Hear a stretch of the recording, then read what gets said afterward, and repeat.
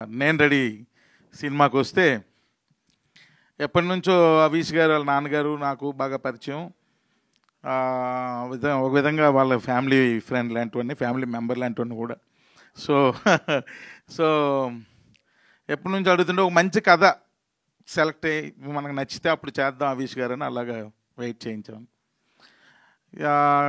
అనుకోకుండా మజాక అయిపోగానే శ్రీనివాస్ గారు కథ చెప్పాడు.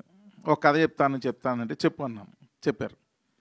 కథ వినగానే నాకు ఎందుకో ఇది అవీష్ గారు చేస్తే బాగుంటుంది అనిపించి వెంటనే అవీష్ గారు ఫోన్ చేసి ఒక కథ పంపిస్తున్నా వినండి అనగానే అవీష్ గారు మీరు అనుకుంటారు అవీష్ గారి గురించి జనరల్గా ఒరిజినల్గా నిజాలు మాట్లాడేసుకుందాం, వీళ్ళేమి బోల్ డబ్బులు ఇచ్చేస్తారు డైరెక్టర్కి.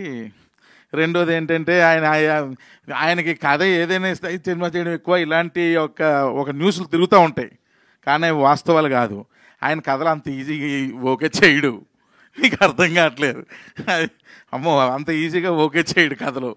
అది ఒకటి. రెండు, ఫస్ట్ పాయింట్ అసలు కాదు. సో ఈ కథ విని ఇంచుమించు శ్రీని గారు 2.5 hours నేరేషన్ ఇచ్చారు కంటిన్యూస్గా. నేను పక్కనే కూర్చున్నా, నేను కూడా విన్నా ఆయనతో పాటు. సో వినగానే సింగిల్ షాట్ ఓకే చెప్పారు ఆయన. ఓకే చెప్పి త్రినాథ్ గారు నాకు బాగా నచ్చింది, బాగా ఎంజాయ్ చేశాను, ఈ సినిమా చేద్దామని.